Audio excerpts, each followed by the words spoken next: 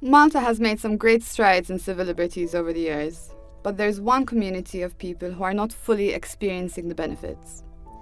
Meet Dalia and Shakib, two queer asylum seekers from Tunisia who combine their queer activism with their work to make Malta a safer space for asylum seekers. Queer migrants in Malta. There is a situation with migrants in Malta in general, and then we go to an intersection of two communities that makes someone more vulnerable. When we speak about queer migrants here in Malta, we speak about Malta being the first in LGBT rights in the rainbow map. And we speak about Malta being the worst in migrants' rights. So someone who have both these communities says, like, for example, LGBT migrants, maybe they have more rights than migrants, but it's not true. Being migrants cancel all LGBT rights, and being LGBT also make them vulnerable within our community. So within the detention center itself, even though Malta, as you very rightly mentioned, we're top of a rainbow flag, etc., even within the detention center, they're feeling that it's worse off to come here, and saying that they're still closeted because the situation within the facilities is the exact same. Wow. You are in a place where you are with the community that you escaped from.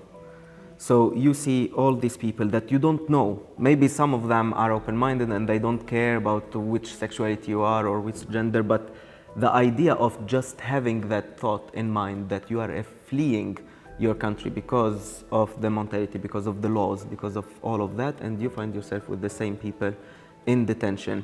People who, like, detention situation is horrible now. Like, people are drinking from water, like toilet water. So, and the problem is, within the same Ministry of Home Affairs that is now taking care of justice and equality, anything that it's related to LGBT, we will discuss it. But the minute you mention migration, it's something that it's blocked. In fact, I was about to ask, like, is there, within the detention centers, etc., is there any help for these queer migrants? Are there any facilities for them? No, absolutely not.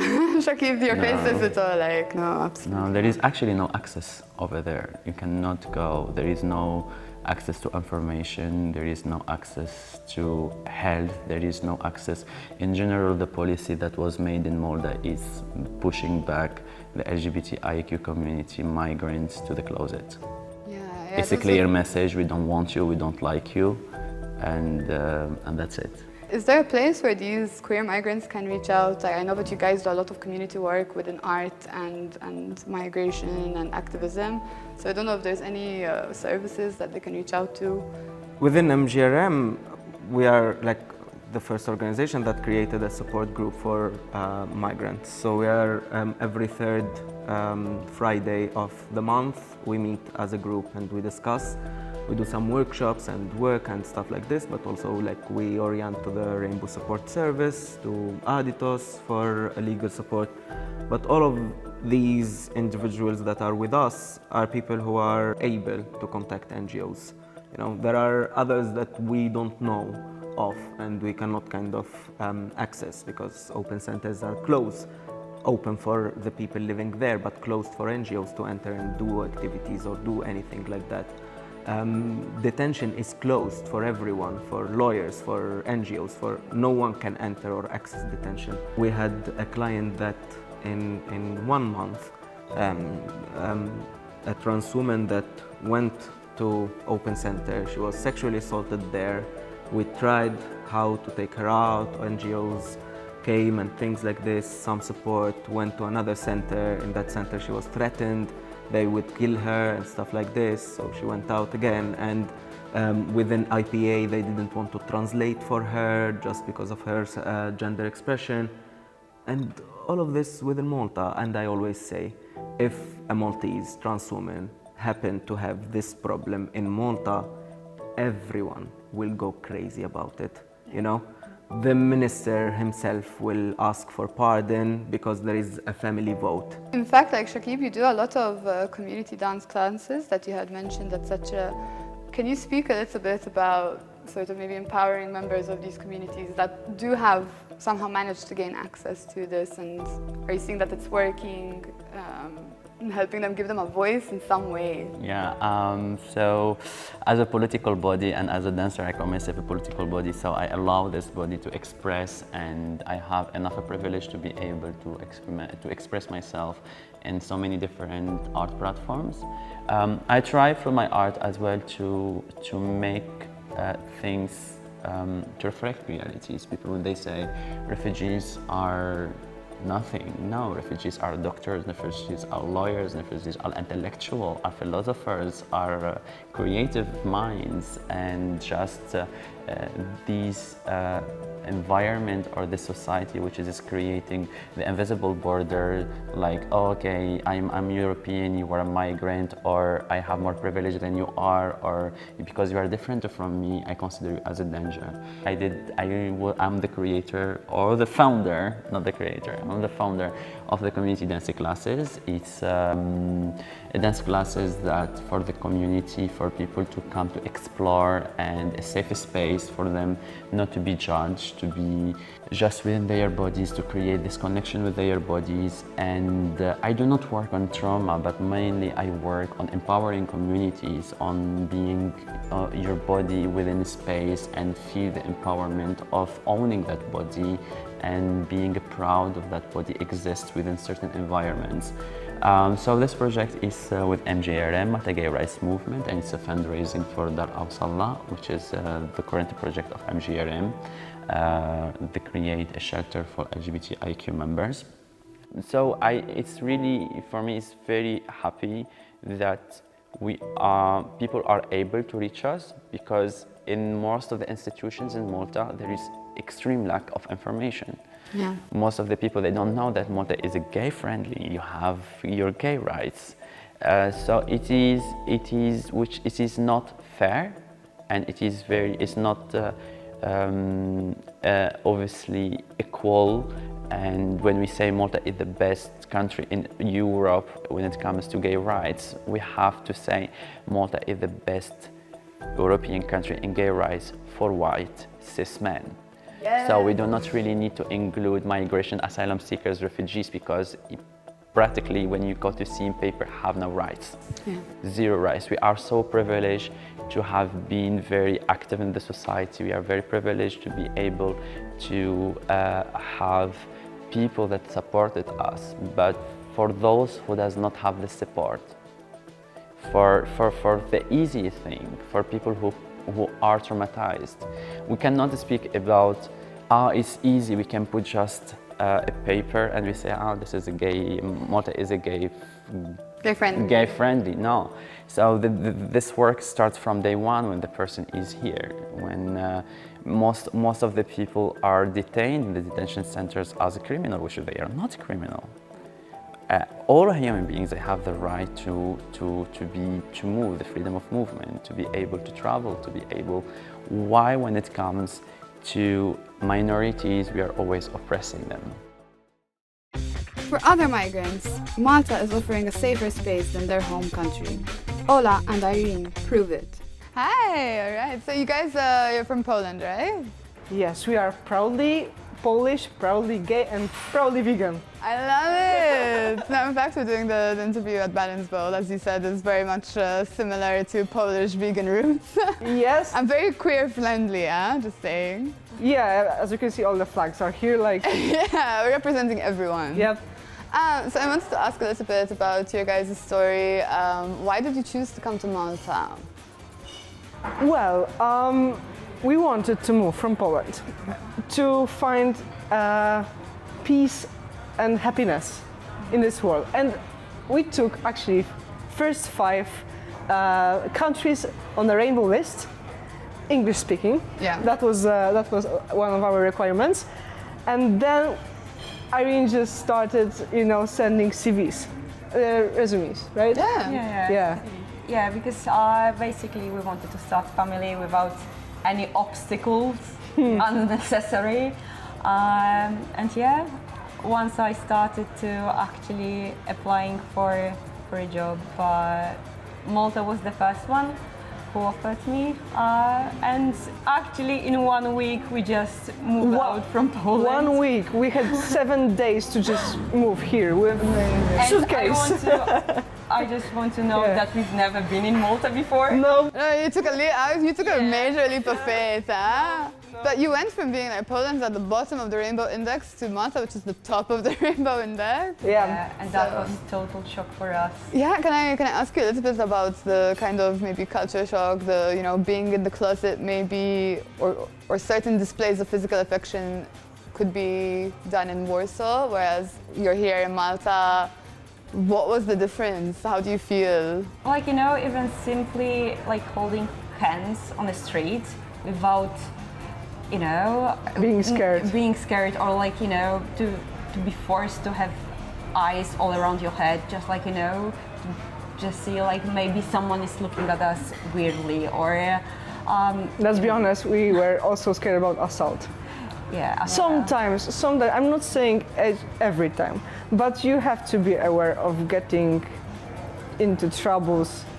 We were holding hands, someone called us names, so someone actually, threatened us, thank you so much, threatened us to rape us because we were gay, just holding hands in a park, on a walk, right? They're gonna cure us from that.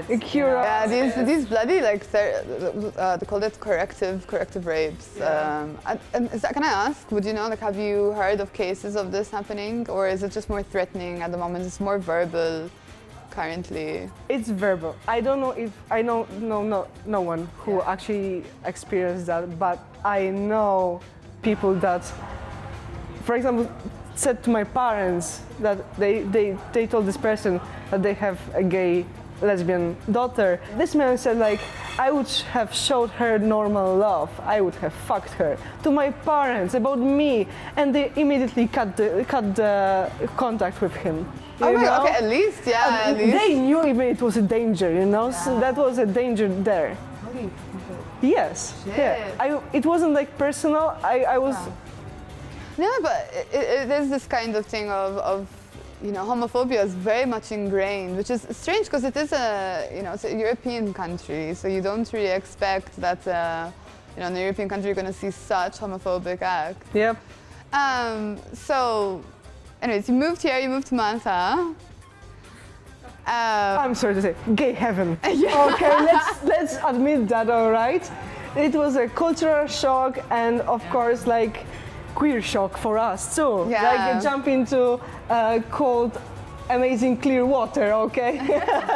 Yeah, like you're not gonna get these comments. So like when you're walking down the streets, you don't have people shouting at you. You can hold hands, you can be affectionate. Actually, when we first came here and we moved to Mosta, we went first week for a walk, just for a walk. Maybe it was even the first day. Maybe it was even the first day, yes. We saw 2 teenager boys, max 14 years old. And I was like, this is a daylight, middle of the day. And they were holding hands in the middle of the street next to a church. And we were like, no one's gonna beat them up. Are they safe? Yes, and you wouldn't see that in Warsaw. You wouldn't, even especially with boys. Yeah. Like in fact, I think when it comes to gay males, is this problem that they equate the gay male aspect to being to their masculinity. So if you're having sex with other men, therefore you're more feminine, which I think is a whole fucked up ideology on its own. But yeah, like for me, it's something that I take for granted. That I'm like, yeah, of course. And churches are inevitable in Malta, so like you're gonna be holding hands and kissing in front of a church. We saw a rainbow flag on the church somewhere here, right? Down the road. There was some kind of mass. Yeah, but like Inviting. God loves Yes. everyone, and like in Poland never. So Can I ask, like, how deep is this the church influencing this kind of anti-gender movement? Too deep. Too deep. extremely. The answer is too deep. Yeah. So you think it comes from why people are so homophobic is because it comes from like these more Catholic dogmatic rules? Yeah, because if you hear all the time on masses that priests are saying like LGBT ideology is basically responsible for all the evil in the world, and Pedophilia. Yeah, They really scare. So I'm sorry. They really try to scare people with pedophilia.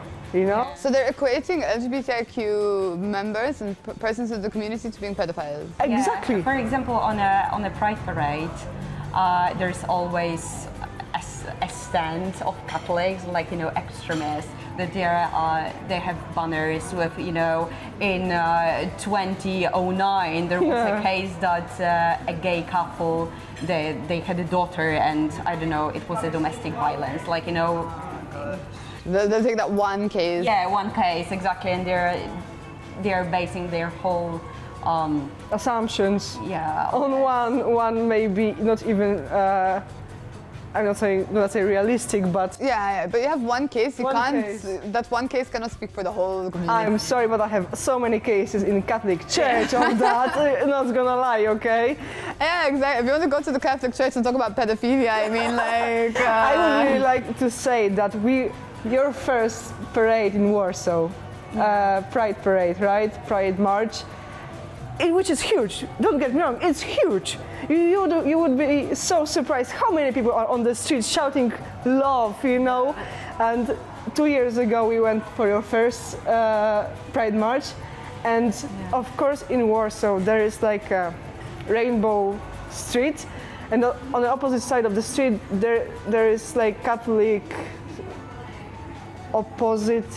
Yeah. So They are where screaming they're at hub. us, you are the sinners, you're gonna burn in hell, you know, you're the gay my person. God. Like, Yeah, this yeah. is very bad stuff. And we just sing, you know, Lady Gaga and party, you know. Topping off. And the funny part is, 2 years ago, right, we were walking behind the satanistic group with the flag, rainbow flag with satanist sign, and I really felt more safe with satanist guys than with Catholic ones, even though I'm from Catholic family myself.